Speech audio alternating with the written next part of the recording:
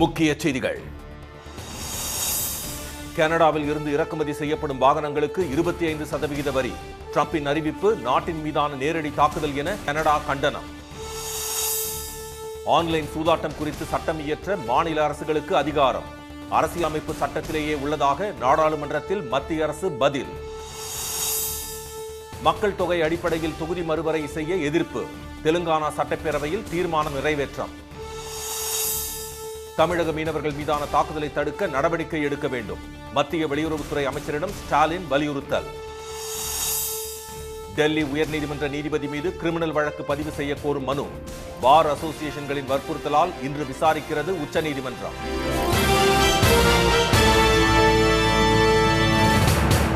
வணக்கம். அமெரிக்காவில் இறக்குமதி செய்யப்படும் கனடா நாட்டின் வாகனங்களுக்கு 25% வரி விதிக்கப்படும் என்ற டிரம்பின் அறிவிப்பு தங்கள் நாட்டின் மீதான நேரடி தாக்குதல் என அந்நாட்டு பிரதமர் மார்க் கார்னி எதிர்ப்பு தெரிவித்துள்ளார். அமெரிக்க அதிபராக டிரம்ப் 2வது முறையாக பதவியேற்றதிலிருந்து கனடா அமெரிக்கா நாடுகளிடையே உறவு நாளுக்கு நாள் மிகவும் மோசமடைந்து வருகிறது. அமெரிக்காவின் 51வது மாகாணமாக கனடாவை இணைத்துக் கொள்ள தயார் என கூறி டிரம்ப் முதலில் அதிர்ச்சி அளித்தார். அதைத் தொடர்ந்து அந்நாட்டிலிருந்து இறக்குமதி செய்யப்படும் அலுமினியம் மற்றும் உலோகங்களுக்கு ஏப்ரல் 2ஆம் தேதி முதல் 25% வரி விதிக்கப்படும் என்று டிரம்ப் அறிவித்தார். இந்நிலையில் கனடாவில் தயாரிக்கப்படும் கார்கள் மற்றும் உதிரி பாகங்களுக்கு 25% வரி நிரந்தரமாக விதிக்கப்படும் என தெரிவித்துள்ளார். இதையடுத்து தேர்தல் பிரச்சாரத்தை ரத்து செய்துவிட்டு தலைநகர் ஒட்டாவா திரும்பிய கனடா பிரதமர் மார்க் கார்னி அமைச்சர்கள் மற்றும் அதிகாரிகளுடன் அவசர ஆலோசனை நடத்தினார். இது கனடா மீதான நேரடி தாக்குதல் என்று குற்றம் சாட்டியுள்ள அவர் தங்கள் தொழிலாளர்கள், நிறுவனங்கள் மற்றும் தங்கள் நாட்டை பாதுகாப்போம் என்று தெரிவித்துள்ளார். கனடாவின் ஏற்றுமதியில் வாகனங்கள் மற்றும் உதிரி பாகங்கள் 2வது இடத்தில் உள்ளது. இத்துறையில் நேரடியாக 1,25,000 பேரும் அதன் சார்பு தொழில்களில் 5 லட்சம் பேரும் உள்ளனர். உலக வர்த்தக போரை அமெரிக்கா தொடங்கியுள்ள நிலையில் இது அந்நாட்டு வாடிக்கையாளர்களையும் தொழிலாளர்களையும் அதிகம் பாதிக்கும் என்று மார்க் கார்னி கூறியுள்ளார். இந்நிலையில் தங்கள் நாட்டு வாகன உற்பத்தி துறை தொழிலாளர்களை பாதுகாக்க கனடா அரசு 2 பில்லியன் கனடிய டாலர்களை ஒதுக்கியுள்ளது. ஆன்லைன் விளையாட்டு மற்றும் சூதாட்டம் குறித்து சட்டம் இயற்ற மாநில அரசுகளுக்கு அதிகாரம் உள்ளதாக நாடாளுமன்றத்தில் மத்திய அரசு தெரிவித்துள்ளது. ஆன்லைன் சூதாட்டத்தில் பணத்தை இழந்தவர்கள் அடுத்தடுத்து தற்கொலை செய்து கொண்டதை அடுத்து அந்த விளையாட்டை முறைப்படுத்த ஆன்லைன் சூதாட்ட தடை மற்றும் ஆன்லைன் விளையாட்டுகள் ஒழுங்குமுறை சட்டம் 2023ஆம் ஆண்டு தமிழ்நாடு சட்டப்பேரவையில் நிறைவேற்றப்பட்டு ஆளுநர் ஒப்புதலுக்கு அனுப்பி வைக்கப்பட்டது. ஆனால் அந்த மசோதாவுக்கு ஒப்புதல் வழங்க மறுத்த ஆளுநர் திரு ஆர் என் ரவி ஆன்லைன் சூதாட்டத்திற்கு எதிராக சட்டம் இயற்றும் அதிகாரம் மாநில அரசுக்கு இல்லை என்று கூறி அந்த மசோதாவை மாநில அரசுக்கே திருப்பி அனுப்பிவிட்டார். இதற்கிடையே ஆன்லைன் சூதாட்ட தடை சட்டத்தை எதிர்த்து play games 24/7 private limited, hit digital works உள்ளிட்ட நிறுவனங்கள் தொடர்ந்த வழக்கின் விசாரணை சென்னை உயர்நீதிமன்றத்தில் நடைபெற்று வருகிறது. இதனால் ஆன்லைன் சூதாட்டத்தில் பணத்தை இழந்தவர்கள் தற்கொலை செய்து கொள்ளும் சம்பவங்கள் தொடர்ந்து நடைபெற்று வருகின்றன. இந்நிலையில் மக்களவையில் இது குறித்து கேள்வி எழுப்பிய திமுக உறுப்பினர் திரு தயாநிதி மாறன் ஆன்லைன் சூதாட்டத்தை தடுக்க மத்திய அரசு நடவடிக்கை எடுக்காதது ஏன் என வினவினார். இதற்கு பதிலளித்த மத்திய தகவல் தொழில்நுட்பத்துறை அமைச்சர் திரு அஸ்வினி வைஷ்ணவ் ஆன்லைன் விளையாட்டுகள் மற்றும் சூதாட்டங்களை தடுக்கும் சட்டங்களை இயற்ற மாநில அரசுகளுக்கு அதிகாரம் உள்ளதாக கூறினார்.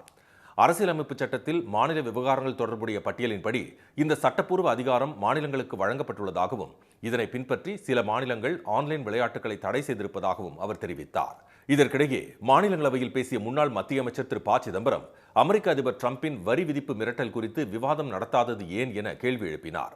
வரி விதிப்பு மற்றும் வர்த்தக போரால் ஏற்றுமதியில் பாதிப்பு, அந்நிய நேரடி முதலீடு சரிவு, பணவீக்கம் அதிகரிப்பு, ரூபாய் நோட்டு மதிப்பு குறைவு உள்ளிட்ட பாதிப்புகள் ஏற்படும் என்று அவர் சுட்டிக்காட்டினார். டிரம்பின் அழுத்தத்தினாலேயே அமெரிக்க பொருட்களுக்கான சுங்க வரியை அமைச்சர் திருமதி நிர்மலா சீதாராமன் குறைத்து அறிவித்திருப்பதாக திரு சிதம்பரம் குற்றம் சாட்டினார். இதற்கு பதிலளித்த பாஜக உறுப்பினர் திரு குன்வர் ரத்தன்ஜீத் பிரணாப் நாராயண் சிங் ஏப்ரல் 2ஆம் தேதி வரி விதிப்பு அமல்படுத்தப்பட்ட பின்னரே அது குறித்து பேச முடியும் என கூறினார். தமிழ்நாட்டு மீனவர்கள் மீதான தாக்குதலை தடுக்க நடவடிக்கை எடுக்க வேண்டும் என்று மத்திய அரசிடம் முதலமைச்சர் திரு மு க ஸ்டாலின் வலியுறுத்தியுள்ளார். மத்திய வெளியுறவுத்துறை அமைச்சர் திரு ஜெய்சங்கருக்கு அவர் எழுதியுள்ள கடிதத்தில் தமிழ்நாட்டு மீனவர்கள் கைது செய்யப்படுவதை தடுக்க முத்தரப்பு பேச்சுவார்த்தை நடத்த வேண்டும் என வலியுறுத்தியுள்ளார். 2024ஆம் ஆண்டு டிசம்பர் மாதம் இந்தியா வந்த இலங்கை அதிபரிடம் தமிழ்நாட்டு மீனவர்கள் மீதான தாக்குதலை தடுத்து நிறுத்துமாறு வலியுறுத்தியுள்ளதாக மத்திய அரசு கூறிய பிறகுதான் மீனவர்கள் மீதான தாக்குதல் அதிகரித்துள்ளதாக திரு ஸ்டாலின் கண்டனம் தெரிவித்துள்ளார். ராமேஸ்வரம் மீனவர்கள் 11 பேர் இலங்கை கடற்படையால் நேற்று முன்தினம் கைது செய்யப்பட்டிருப்பதை திரு ஸ்டாலின் சுட்டிக்காட்டியுள்ளார். கடந்த 3 மாதங்களில் 11 வெவ்வேறு சம்பவங்களில் 147 மீனவர்கள் மற்றும் 19 படகுகளை இலங்கை கடற்படை சிறைபிடித்துள்ளதாகவும் அவர் தெரிவித்துள்ளார். மீனவர்கள் தொடர்ந்து கைது செய்யப்படுவதை தடுக்கவும் முத்தரப்பு பேச்சுவார்த்தை நடத்திட ஏற்பாடு செய்ய வேண்டும் என்று திரு ஸ்டாலின் வலியுறுத்தியுள்ளார். இலங்கை சிறையில் உள்ள அனைத்து மீனவர்களையும் அவர்களது படகுகளையும் உடனடியாக விடுவிக்க தூதரக ரீதியில் நடவடிக்கை எடுக்க வேண்டும் என்றும் அவர் கேட்டுக் கொண்டுள்ளார். மக்கள் தொகை அடிப்படையில் தொகுதி மறுவரையறை செய்வதற்கு எதிராக தெலுங்கானா சட்டப்பேரவையில் தீர்மானம் நிறைவேற்றப்பட்டுள்ளது. மக்கள் தொகையின் அடிப்படையில் மக்களவை தொகுதிகளை மறுவரையறை செய்ய மத்திய அரசு திட்டமிட்டுள்ளது. இதற்கு கடும் எதிர்ப்பு தெரிவித்த தமிழ்நாடு முதலமைச்சர் திரு ஸ்டாலின், மத்திய அரசின் இந்த முடிவால் மக்கள் தொகையை கட்டுப்படுத்திய தமிழ்நாடு, கர்நாடகா, ஆந்திரா, தெலுங்கானா, கேரளா உள்ளிட்ட தென் மாநிலங்கள் கடுமையாக பாதிக்கப்படும் என்று எச்சரித்தார். இந்த விவகாரத்தில் பாஜக ஆளாத எதிர்க்கட்சிகள் ஆளும் மாநில முதலமைச்சர்களுக்கு அழைப்பு விடுத்த திரு ஸ்டாலின் கடந்த 22ஆம் தேதி சென்னையில் தொகுதி மறுவரையறைக்கு எதிரான கூட்டுக்குழு கூட்டத்தை நடத்தினார். இதில் தொகுதி மறுவரையறைக்கு பிறகு தமிழ்நாடு, கர்நாடகா, கேரளா போன்ற தென் மாநிலங்களில் உள்ள மக்களவைத் தொகுதிகளின் எண்ணிக்கை குறையும் என்று எச்சரிக்கப்பட்டது. குடும்ப கட்டுப்பாட்டு திட்டத்தை முறையாக செயல்படுத்தாத வட மாநிலங்களில் தொகுதி அதிகரிப்பதுடன் நாடாளுமன்றத்தில் பிரச்சனைகளை வலியுறுத்துவதற்கான தென் மாநிலங்களின் பிரதிநிதித்துவம் குறையும் என்றும் தெரிவிக்கப்பட்டது. இதற்கிடையே தெலுங்கானா சட்டப்பேரவையில் தொகுதி மறுவரையறைக்கு எதிராக முதலமைச்சர் திரு ரேவந்த் ரெட்டி கொண்டு வந்த தீர்மானம் நிறைவேற்றப்பட்டது. அப்போது பேசிய அவர், மக்கள் தொகை அடிப்படையில் தொகுதி மறுசீரமைப்பை மத்திய அரசு செயல்படுத்தக்கூடாது என்றும் மாநிலங்களுடன் வெளிப்படையான ஆலோசனை நடத்திய பின்னரே இந்த திட்டத்தை செயல்படுத்த வேண்டும் என்றும் கூறினார். மக்கள் தொகை அடிப்படையில் தொகுதி மறுசீரமைப்பு நடைபெற்றால் தென் மாநிலங்களின் பிரதிநிதித்துவம் 24% இருந்து 19% குறையும் என்று அவர் சுட்டிக்காட்டினார். மத்திய அரசால் முன்மொழியப்பட்ட மக்கள் தொகை கட்டுப்பாட்டு திட்டத்தை திறம்பட செயல்படுத்திய தென் மாநிலங்களுக்கு இது தண்டனையாக அமைந்துவிடக் கூடாது என திரு ரேவந்த் ரெட்டி எச்சரித்தார். இதுகுறித்து தமிழக முதலமைச்சர் திரு ஸ்டாலின் எக்ஸ் தளத்தில் விடுத்துள்ள பதிவில், தாம் அளித்த வாக்குறுதியை நிறைவேற்றும் வகையில் தெலுங்கானா முதலமைச்சர் திரு ரேவந்த் ரெட்டி நீதி, சமத்துவம் மற்றும் கூட்டாட்சியின் உணர்வை உயர்த்தி பிடிக்கும் வகையிலான வரலாற்று சிறப்புமிக்க தீர்மானத்தை அம்மாநில சட்டப்பேரவையில் நிறைவேற்றியுள்ளதாக குறிப்பிட்டுள்ளார்.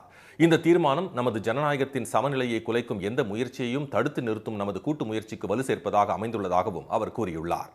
மூட்டை மூட்டையாக பணம் கைப்பற்றப்பட்ட டெல்லி உயர்நீதிமன்ற நீதிபதி மீது கிரிமினல் வழக்கு பதிவு செய்ய கோரிய மனு மீது உச்சநீதிமன்றம் இன்று விசாரணை நடத்துகிறது. டெல்லி துக்ளக் சாலையில் உள்ள டெல்லி உயர்நீதிமன்ற நீதிபதி திரு யஷ்வந்த் வர்மா வீட்டில் கடந்த 14ஆம் தேதி இரவு ஏற்பட்ட தீ விபத்தில் பாதி எரிந்த நிலையில் 11 கோடி ரூபாயும் எரியாமல் 26 கோடி ரூபாயும் மூட்டை மூட்டையாக கைப்பற்றப்பட்டன.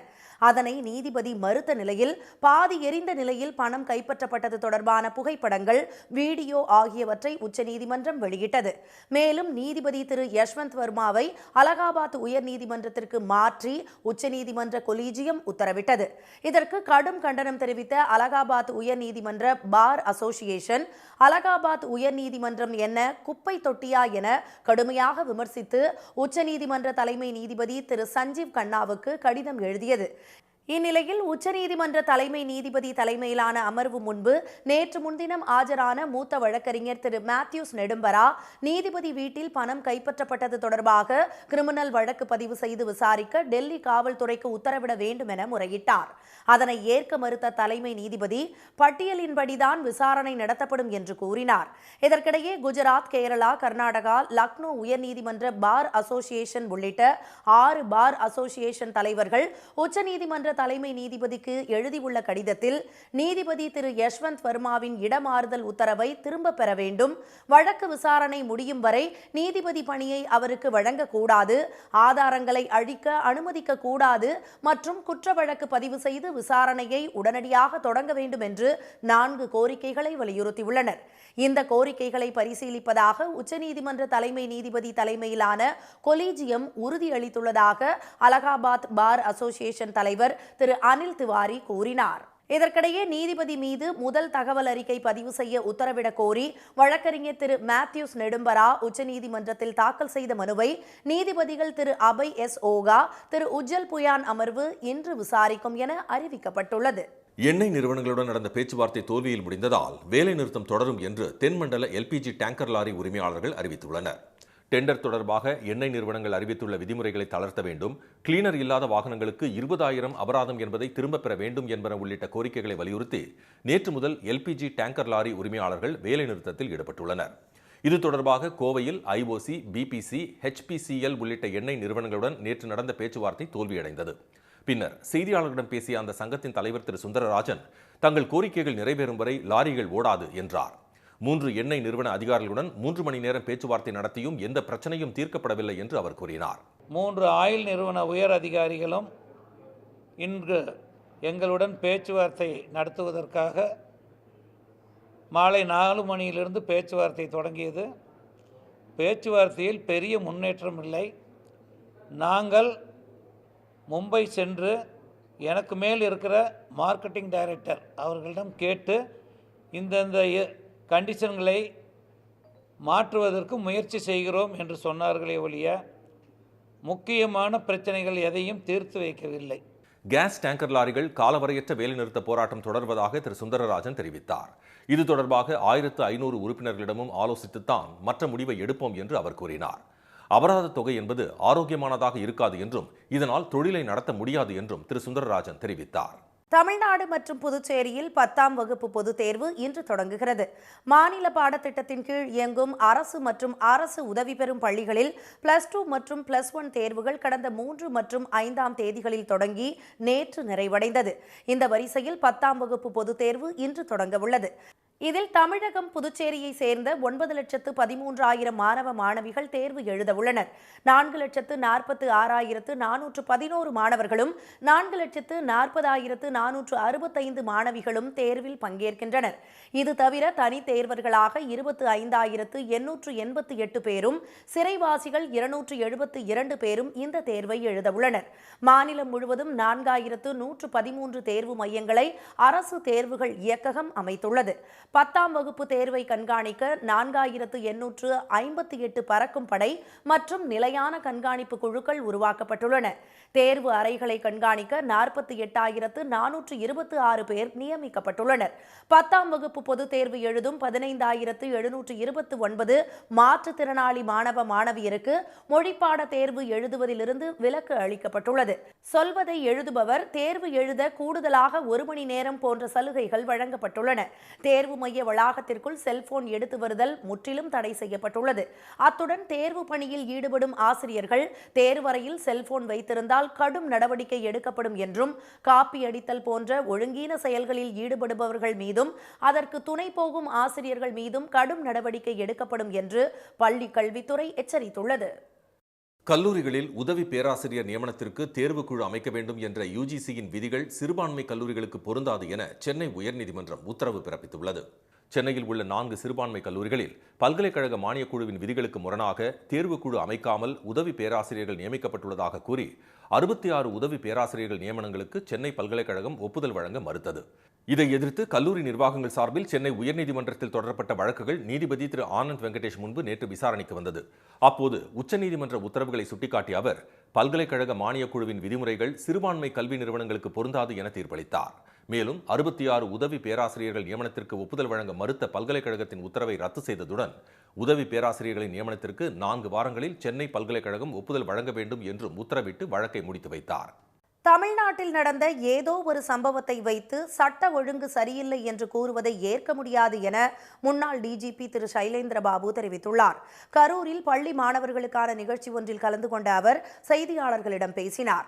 அப்போது நெல்லையை சேர்ந்த முன்னாள் காவல் உதவி ஆய்வாளர் ஜாகிர் ஹுசைன் கொல்லப்பட்ட விவகாரத்தில் தனிப்பட்ட விரோதம் காரணமாகவே கொலை நடந்ததாக கூறினார். இந்த விவகாரத்தில் காவல்துறையினர் உஷாராக செயல்பட்டிருக்கலாம் என்றும் அவர் தெரிவித்தார்.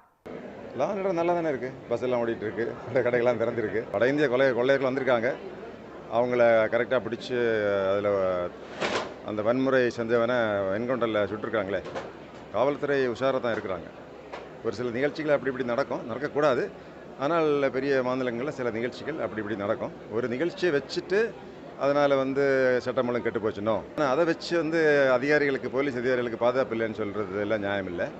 மாநிலத்தில் நடந்த இதுபோன்ற ஒரு சில சம்பவங்களை வைத்து சட்டம் ஒழுங்கு கெட்டுவிட்டது என்று கூற முடியாது என திரு சைலேந்திர பாபு தெரிவித்தார். மேலும் இதை முன்வைத்து காவலர்களுக்கு பாதுகாப்பு இல்லை என்ற முடிவுக்கு வந்துவிடக்கூடாது என்றும் அவர் கூறினார். தாமிரபரணி ஆற்றின் கரையோரம் உள்ள கருவேல மரங்கள் அகற்றப்படுவதற்கு தூத்துக்குடி மாவட்ட மக்கள் மகிழ்ச்சி தெரிவித்துள்ளனர். நிலத்தடி நீர்மட்டத்தை உறிஞ்சி எடுக்கும் கருவேல மரங்களை அகற்றக் கோரி மதிமுக பொதுச் செயலாளர் திரு வைகோ உள்ளிட்டோர் உயர்நீதிமன்றத்தில் வழக்கு தொடர்ந்தனர். இதை விசாரித்த நீதிமன்றம் கருவேல மரங்களை உடனே அகற்ற அரசுக்கு உத்தரவிட்டது. அதன்படி தூத்துக்குடி மாவட்டம் ஸ்ரீவைகுண்டம் அருகே தாமிரபரணி ஆற்றின் கரையோரம் உள்ள கருவேல மரங்கள் நேற்று அகற்றப்பட்டன. மருதூர் அணையில் இருந்து புன்னக்காயல் வரை உள்ள பகுதிகளில் மண்டி கிடந்த முள்செடிகள் வெட்டி அகற்றப்பட்டன. இந்த ஆற்றங்கரையில் பல்வேறு அரசியல் தலைவர்கள், சாதித்த அரசியல் தலைவர்கள் அனைவரும், நமது முன்னாள் முதல்வர் திரு கலைஞர் அவர்கள் உட்பட அனைவருமே இந்த ஆற்றங்கரையில் பொது மீட்டிங்கில் பேசியிருக்காங்க. அப்பேற்பட்ட ஒரு சிறப்பான ஒரு ஆறு நம்ம தாமிரபரணி ஆறு, அதை சுத்தம் பண்ணும்போது பெரும் மகிழ்ச்சியாக இருக்குது. அதே நிலத்தடி நீர்மட்டத்தை குறைக்கும் கருவேல மரங்களால் விவசாயமும் அழியும் என்று ஸ்ரீவைகுண்டம் பகுதி மக்கள் தெரிவித்தனர். தாமிரபரணி ஆற்றின் கரையோரம் உள்ள கருவேல மரங்களை அகற்றுவது போல் மணல் திட்டுக்களையும் அகற்ற வேண்டும் என்று அவர்கள் கேட்டுக்கொண்டனர். தமிழ்நாட்டில் 8 இடங்களில் 100 டிகிரி ஃபாரன்ஹீட்டை தாண்டி கோடை வெயில் சுட்டெரித்தது. கடந்த சில நாட்களாக மாநிலம் முழுவதும் கோடை வெயில் கொளுத்து வருகிறது. அதிகபட்சமாக வேலூரில் நேற்று 104 டிகிரி ஃபாரன்ஹீட்டும், கரூர், பரமத்தி, திருப்பத்தூர், மீனம்பாக்கம் ஆகிய பகுதிகளில் 102 டிகிரி ஃபாரன்ஹீட்டும் வெயில் பதிவானது. ஈரோடு, சேலத்தில் 101 டிகிரியும், திருச்சி, திருத்தணியில் 100 டிகிரி ஃபாரன்ஹீட்டும் வெப்பம் சுட்டெரித்தது. இதற்கிடையே மேற்கு தொடர்ச்சி மலையை ஒட்டிய மாவட்டங்களில் இன்று மிதமான மழை பெய்யும் என்று சென்னை வானிலை ஆய்வு மையம் தெரிவித்துள்ளது. நாளை முதல் வரும் 31ஆம் தேதி வரை தமிழ்நாடு, புதுச்சேரி, காரைக்கால் பகுதிகளில் வறண்ட வானிலையே நிலவும் என்றும் ஆய்வு மையம் அறிவித்துள்ளது. மீண்டும் முக்கிய செய்திகள். அமெரிக்காவில் இறக்குமதி செய்யப்படும் கனடா நாட்டின் வாகனங்களுக்கு 25% வரி விதிக்கப்படும் என்ற ட்ரம்பின் அறிவிப்பு தங்கள் நாட்டின் மீதான நேரடி தாக்குதல் என அந்நாட்டு பிரதமர் மார்க் கார்னி எதிர்ப்பு தெரிவித்துள்ளார். ஆன்லைன் விளையாட்டு மற்றும் சூதாட்டம் குறித்து சட்டம் இயற்ற மாநில அரசுகளுக்கு அதிகாரம் உள்ளதாக நாடாளுமன்றத்தில் மத்திய அரசு தெரிவித்துள்ளது. தமிழ்நாட்டு மீனவர்கள் மீதான தாக்குதலை தடுக்க நடவடிக்கை எடுக்க வேண்டும் என்று மத்திய அரசிடம் முதலமைச்சர் ஸ்டாலின் வலியுறுத்தியுள்ளார். இத்துடன் இந்த செய்திகள் நிறைவடைகின்றன. மீண்டும் சன் டிவியில் செய்திகள் மாலை 6 மணிக்கு. செய்திகளை உடனுக்குடன் தெரிந்து கொள்ள QR கோடை ஸ்கேன் செய்து சன் நியூஸ் வாட்ஸ்அப் சேனலுடன் இணைந்திருங்கள். வணக்கம். வணக்கம்.